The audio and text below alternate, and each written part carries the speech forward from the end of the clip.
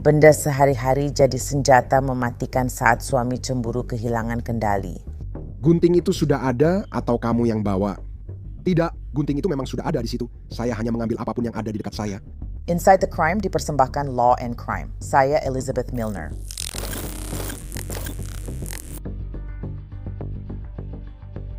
Sebelum membahas kasus ini, ada alasan mengapa Law and Crime jadi sumber utama konten kejahatan nyata, seperti Morgan & Morgan sebagai firma hukum cedera pribadi terbesar di Amerika. Mereka punya 1.000 plus pengacara dan telah memulihkan 25 miliar dolar untuk 500.000 plus klien dalam beberapa bulan terakhir. Seorang klien di Florida menerima 12 juta dolar ketika asuransi hanya menawarkan 350.000 dolar, dan di Pennsylvania, klien lain mendapatkan 26 juta dolar, 40 kali lipat dari tawaran perusahaan asuransi. Morgan & Morgan membuatnya sangat mudah untuk memperjuangkan apa yang layak Anda dapatkan. Anda bahkan bisa memulai klaim dari ponsel Anda. Jadi jika Anda terluka, Anda bisa memulai klaim di forthepeople.com, garis miring di dalam kejahatan.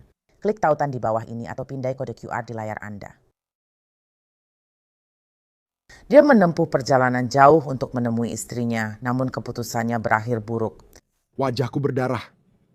Aku memeluknya dan terus meminta maaf, berkata, "Maafkan aku." Pada 20 Juni 2023 di College Station, Texas, sekitar pukul 10 pagi, panggilan 911 masuk dan penelepon memberitahu petugas. Peristiwa mengerikan baru saja terjadi. Pukul 11 siang, Emergency Medical Services dan polisi sudah di lokasi, namun warga sekitar masih minim informasi. Jadi saat polisi membanjiri lingkungan yang tenang itu, College Station, PB harus mengeluarkan serangkaian tweet, termasuk adanya kehadiran polisi yang besar di blok 14.000 Rennie Lane, hindari area tersebut. Pembaruan akan diberikan. 1 jam kemudian mereka memposting pembaruan ini. Petugas CSPD detektif dan teknisi tempat kejadian perkara sedang berada di lokasi untuk memproses tempat kejadian perkara. Tersangka ditahan, penyelidikan lanjut. Tidak ada ancaman bagi masyarakat. Penyelidikan di lokasi menemukan keributan rumah tangga antara suami istri, di mana sang istri tewas akibat ditusuk saat bertengkar. Polisi mengidentifikasi korban sebagai Sherry Judson, 44 tahun yang ditemukan tewas dengan luka tusukan di kamar utama rumahnya. Suami Sherry, Brian Judson Senior, mencoba melarikan diri, tetapi dia tidak berhasil pergi terlalu jauh sebelum petugas menangkapnya. Pada pukul 12.30 siang itu, dia sudah berada di ruang interogasi. Dia menyebut pernikahannya dengan Sherry tidak sempurna karena merasa ada yang salah. Saya curiga setelah 6 tahun bersama dan 5 tahun menikah, siapa sebenarnya istri saya, Sherry Judson. Saya selalu curiga kalau dia selingkuh, dan tahun lalu saya benar-benar menemukan bukti bahwa dia berselingkuh dengan saudara ipar kakaknya, dengan saudara laki-laki iparnya, Jesse Gutierrez. Oke, dia sebenarnya baru saja meninggalkan rumah sebelum saya datang.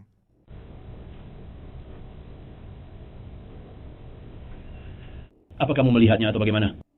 Tidak, saya berusaha membuatnya mengejar dia. Tapi saat saya masuk ke rumah, dia langsung berdiri dan terkejut. Dia bilang, "Ngapain kamu di sini?" Saya bilang, "Saya kenal kamu." Saya bilang, "Saya tahu dia ada di sini." Saya bilang, "Saya sudah bersama kamu selama 6 tahun, menikah selama 5 tahun. Kamu pikir saya tidak tahu kalau ada yang salah?" Saya bilang, "Saya tahu ada yang salah." Saya bilang, "Itulah kenapa saya pulang tanpa memberitahu."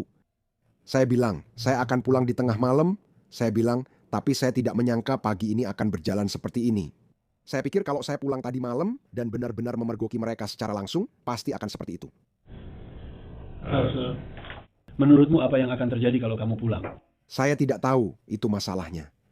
Maksud saya, saat kamu tahu orang yang kamu cintai tidur dengan orang lain, Ya, dan bukan hanya itu, maksud saya, dia hampir seperti keluarga bagi mereka karena saudaranya baru saja menikah dengan keluarga itu 2 tahun yang lalu. Kemanapun kami pergi, dia selalu ikut karena disukai semua orang. Dia lucu, kami sering nongkrong jadi dia selalu diundang. Itu baru sekitar 3 minggu yang lalu saat kami berada di rumah saudara perempuannya. Dan dia muncul di sana. Saya jadi marah dan semacam memanggil keluarga Brooker bersamanya. "Kau tahu rasanya seperti, kenapa kamu muncul di sini? Kami di sini. Kau tahu kamu tidur denganku, kamu tidur dengan istriku." Situasi makin buruk. Saya menangkapnya lagi Januari, lalu 5 kali tahun ini. Akhirnya, saya mematahkan tangan sendiri. Jadi saya di rumah selama 2 bulan menjalani rehabilitasi, dan begitu saya kembali bekerja lagi, apakah kamu bisa mematahkan tanganmu? oh, saya harus gagal? Eh, Patah seketika saat saya memukul dengan buku jari. Setelah saya kembali kerja dan pulang, saya memergoki dia lagi memakai Snapchat dan kami harus menghapusnya lagi. Saat bicara dengannya, saya bilang, epidemi. Kamu punya hubungan dengan pria ini. Saya bilang, kalau kamu mau bersama dia, ya sudah bersama dia saja. Selama 3 hari terakhir, termasuk pagi ini, kamu tahu dan bisa lihat pesan saya. Saya bilang, kamu pasti jatuh cinta dengan pria ini. Kenapa tidak jujur saja? Saya akan pindahkan barang saya, lalu kita lanjutkan hidup masing-masing. Dan dia bilang, enggak, sayang, katanya. Dia memperlakukan aku dengan sangat baik dan kamu tahu membuatku merasa luar biasa. Aku senang bersamanya. Dia lucu dan begini dan begitu. Saya bilang, bukankah dia baru tidur dengan adikmu dan mereka kira bayinya anak dia? Lalu kenapa kamu tidur dengan pria ini? Ini tipe pria yang kamu mau. Saya bilang, kamu tahu dia baru keluar dari penjara sekitar 4 tahun lalu. Dan saya bilang, ini yang kamu mau ya? Saya bilang, ya sudah kalau itu yang kamu mau. Saya bilang, kamu tahu? Saya cuma ingin kamu bahagia. Saya bilang lewat pesan, jika itu keinginanmu, saya hanya ingin kamu bahagia. Jika harus melepaskanmu, biarlah saya terluka sementara. Saya bilang, enggak apa-apa, tapi kamu harus jujur dan berhenti berbohong. Setiap saya membahasnya, dia langsung marah. Saya tanya, kapan dapat giveaway? Kenapa tidak diselesaikan saja? Saya bilang, ini saya di sini. Saya baru saja investasikan semua yang saya punya, termasuk $20.000 di akhir. Maret lalu, saya bilang akan ambil setengah dana pensiun untuk membangun rumah di sana. Saya hampir bangkrut karena tanaman, sementara kamu tidak berinvestasi. Saya tunjukkan cinta saya padamu. Dan sekarang pekerjaannya dikurangi, jadi dia memang sedang kesulitan untuk menghasilkan uang saat ini untuk membayar karyawannya atau apapun. Jadi saya bilang, hey, kita kan pasangan, kita sudah menikah, ya kan? Saya yang akan menanggung semuanya, apapun itu. Tapi saya merasa, saya bilang, ini benar-benar membuat frustrasi karena saya sebenarnya berjuang untuk itu, kamu tahu, saya bilang, tapi seperti yang saya bilang, kalau itu yang kamu mau, ya sudah. Dia bilang, tidak, dan dia baru saja bertanya pada saya, 8 bulan? Dia, tidak, sayang, aku tidak akan meninggalkanmu, aku ingin bersamamu. Saya bilang, baiklah, saya bilang, tapi kalau kamu memang mau bersamaku, kenapa saya terus memergokimu setiap 2 minggu sekali? Saya bilang, kamu bertindak bertentangan dengan dirimu sendiri. Setiap kali curiga, Brian menekan istrinya untuk jawaban. Pulang kerja, ia sudah dipenuhi amarah. Saya menariknya, lalu saat itu juga. Bagaimana kamu menariknya? Hanya di sekitar lehernya saja? Satu tangan? Ya, satu tangan. Kamu ingat tangan yang mana? Tangan kananku, oke. Lalu, aku langsung memegangnya. Lalu dia berkata, sayang, setiap aku berhenti, dia bilang, tolong, sayang, ayo pindah ke sana. Setelah itu aku blank. Setelah itu, semuanya terjadi begitu cepat. Jadi apa yang terjadi? Apa yang kamu ingat? Aku ingat mengambil gunting. Apa yang kamu lakukan dengan gunting itu? Aku menusuknya dengan gunting itu di sekitar lehernya. Lalu, aku tidak tahu berapa kali menusuknya. Itu hanya sekali atau beberapa kali? Beberapa kali, aku tidak tahu. Karena selama itu aku hanya seperti, sayang, maafkan aku memohon padamu, aku bilang, itu seperti, aku tidak tahu. Aku benar-benar tidak bisa berhenti, aku tidak tahu. Kamu hanya marah dan kesal karena terluka begitu lama. Aku memohon padamu, aku benar-benar memohon padamu, seperti yang aku bilang, kamu sudah melihat air mataku, aku memohon terus, sampai kemarin, tolonglah, aku bilang, aku bisa menemuimu pagi ini sebenarnya, dan aku bilang, sayang, tolonglah, aku bilang, aku bisa melihat kamu jatuh cinta padanya, aku bilang, tolong katakan yang sebenarnya, dan biarkan aku pergi, lepaskan aku. Dan dia bilang, enggak, kamu tahu, enggak ada siapa-siapa, kamu tahu, waktu dia meneleponku, dia bilang, enggak, dia, aku sudah bilang aku mau bersamamu, berhenti tanya-tanya soal itu. Dia bilang, gimana kita bisa maju kalau kita terus membahas ini? Aku bilang, bagaimana aku tidak bahas kalau kamu terus begitu? Kita harus kerja sama. ya tentu saja. Aku bilang, kamu tahu, kamu bilang jangan bahas itu sehari sebelumnya, tapi kamu memang selalu nggak pernah bahas. Bagaimana kita akan melanjutkan dari situ? Aku bilang, kamu tahu itu butuh waktu, kamu tahu, aku bilang butuh dedikasi, kamu tahu orang-orang benar-benar harus berbuat benar. Aku bilang, kamu paham, kamu harus jadi pemimpin, kita harus jujur. Aku bilang begitu. Kalau kamu mau punya kesempatan, kita harus melakukannya. Kita harus berusaha bersama-sama. Nggak bisa cuman aku saja, kamu bilang aku, jadi aku. Benar? Aku bilang harus berdua. Kalau tidak, lepaskan saja aku. Tapi dia tidak mau melepaskan atau mengaku. Sampai aku melihat kutu itu, lalu aku mengatakan semuanya. Iya. Guntingnya sudah ada di sana atau kamu yang bawa masuk? Tidak, guntingnya memang sudah di sana. Aku hanya mengambil yang ada. Kamu ingat seperti apa bentuknya? Sepertinya itu gunting aqua untuk memegang ujungnya. Panjangnya sekitar 5 inci. Tangan yang mana? 4 atau 5 inci. Kamu ingat gunting itu di tangan yang mana? Tangan kanan saya. Tangan kanan? Kamu menahan atau hanya di atasnya? Bagaimana dia tetap di bawah? Aku hanya menahan dengan tangan kiri. Jadi kamu menahan dan memaksanya ke tanah. Atau kapan kamu mulai melakukannya? Tidak, aku hanya seperti terjatuh ke belakang. Oke. Kenapa kamu berhenti menusuknya dengan gunting? Aku hanya duduk di sana, berpikir, aku tidak tahu. Aku hanya berpikir seperti, ini wanita yang aku cintai. Tahu? Seperti, Aku seperti, oh, aku sayang ibu ini. Aku duduk dan mulai memeluknya. Saat aku masuk ke tempat tidur di kamar mandi, ada darah di wajahku.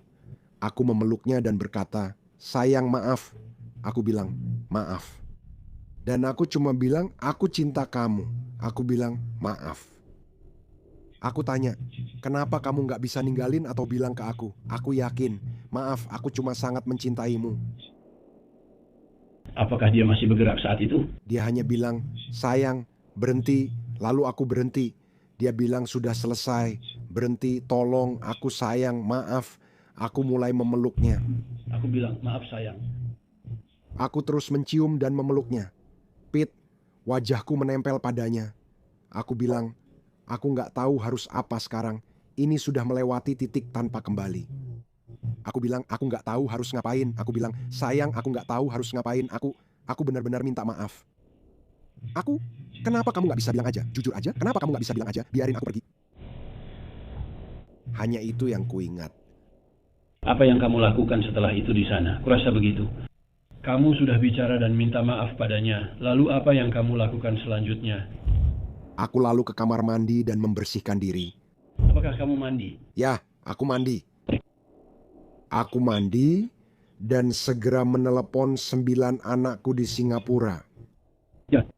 Biar mereka tahu itu, aku minta maaf atas apa yang baru saja kulakukan dan aku mohon maaf. Kau tahu, aku belum pernah melakukan hal seperti itu dan aku seperti rasanya terlalu berat untukku.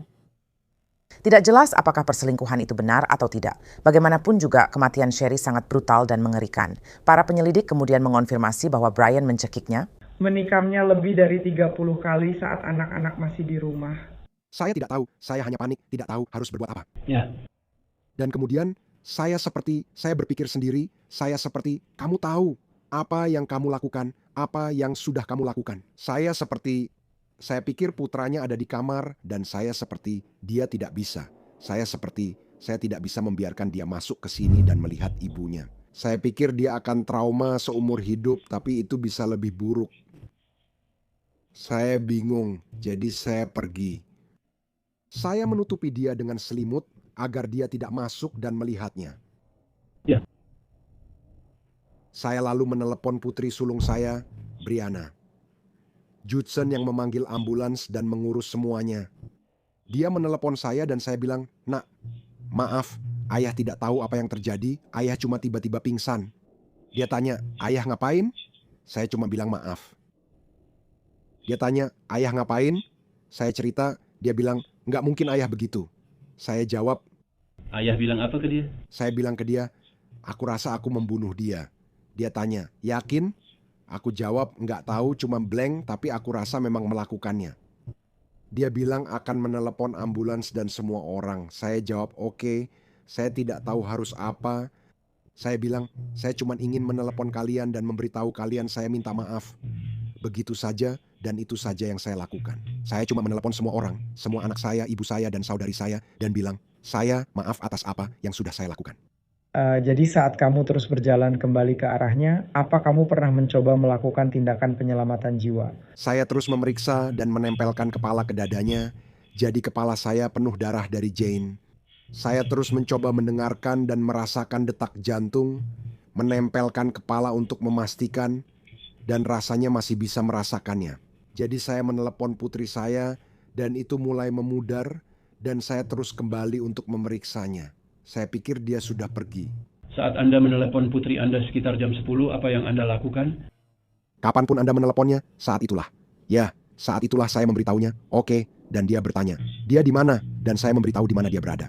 Ya, jadi setelah itu, apakah Anda menelepon? Apakah Anda mandi? Anda bilang Anda mandi untuk membersihkan darahnya. Anda melakukannya sebelum atau setelah menelepon putri Anda? Oke, karena saya gemetar, Apakah Anda baru saja mencuci tangan di wastafel?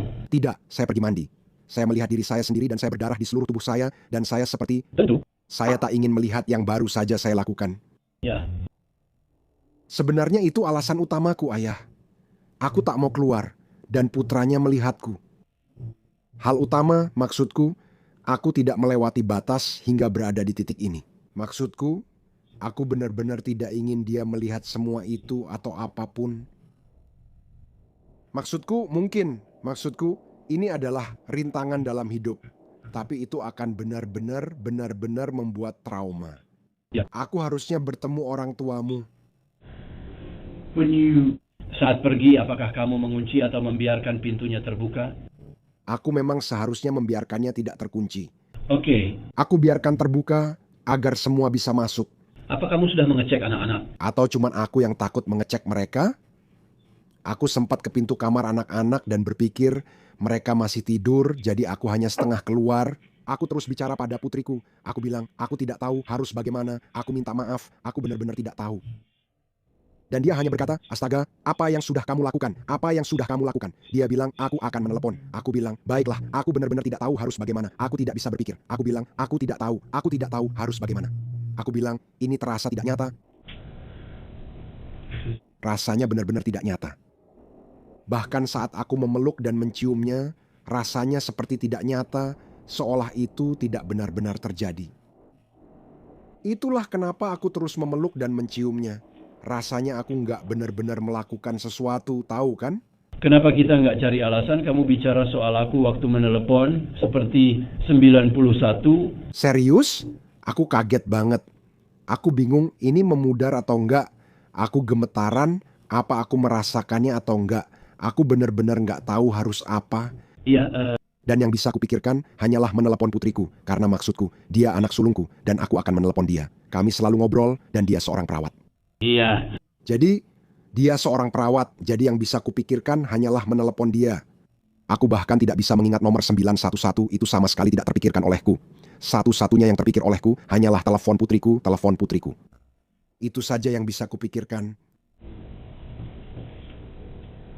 Karena seluruh keluarga, termasuk ayah dan saudaraku, selalu mengandalkan dia untuk segalanya. Iya. Dia memang terlihat baik. Dia gadis yang pintar. Iya, dia punya gelar sarjana 4 tahun. Dia tahu kami sedang membicarakan sesuatu. Dia benar-benar pintar. Itu anak tertua kita setelah kamu pergi, tapi aku tetap berjalan dengan topi pulsa. Apa itu saat kamu pergi dan mandi?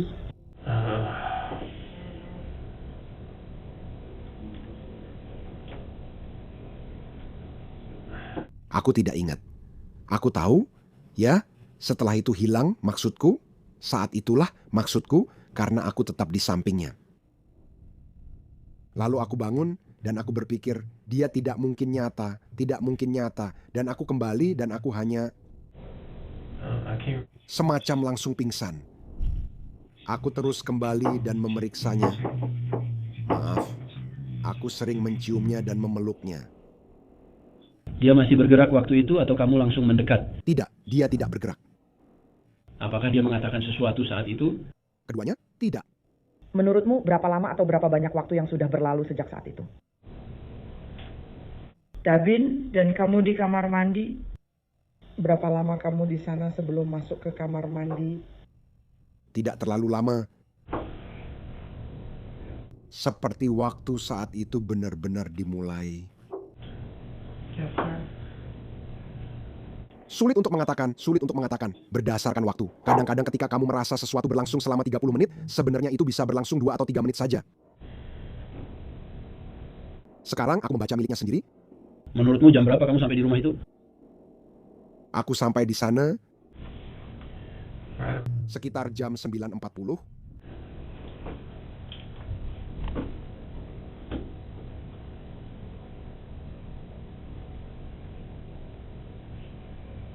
Apakah kamu ingat melihat jam atau bagaimana?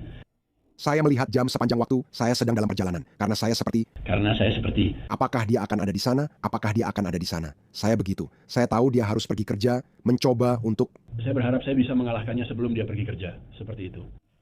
Sebenarnya, saya berharap tidak melakukannya karena cuaca sangat panas. Semalam itu ditinggalkan dan saya hampir memergoki mereka tidur bersama. Dan saya pikir, mungkin kalau saya menunggu, saya bahkan tidak marah saat sampai di sana. Kamu tahu, saya tidak menyalahkan omong kosongnya pada saya. Saya tetap tenang. Brian Judson didakwa dengan pembunuhan dan ditahan di penjara Kabupaten Brazos dengan jaminan $500,000. Pada 2025, hampir 2 tahun setelah serangan, dia mengaku bersalah atas pembunuhan, lalu hukuman diputuskan juri setelah mendengar bukti-bukti. Brian juga mengirim pesan dan menelepon Sherry secara obsesif sebelum pembunuhan itu. Pada 13 November 2025, Brian dijatuhi hukuman penjara seumur hidup. Catatan daring pada saat rekaman ini menunjukkan bahwa Brian Judson Senior masih berada di penjara Brazos County sebelum dia dipindahkan ke fasilitas lain di dalam Departemen Pemasyarakatan Texas. Terima kasih telah mendengarkan Inside the Crime. Saya Elizabeth Milner.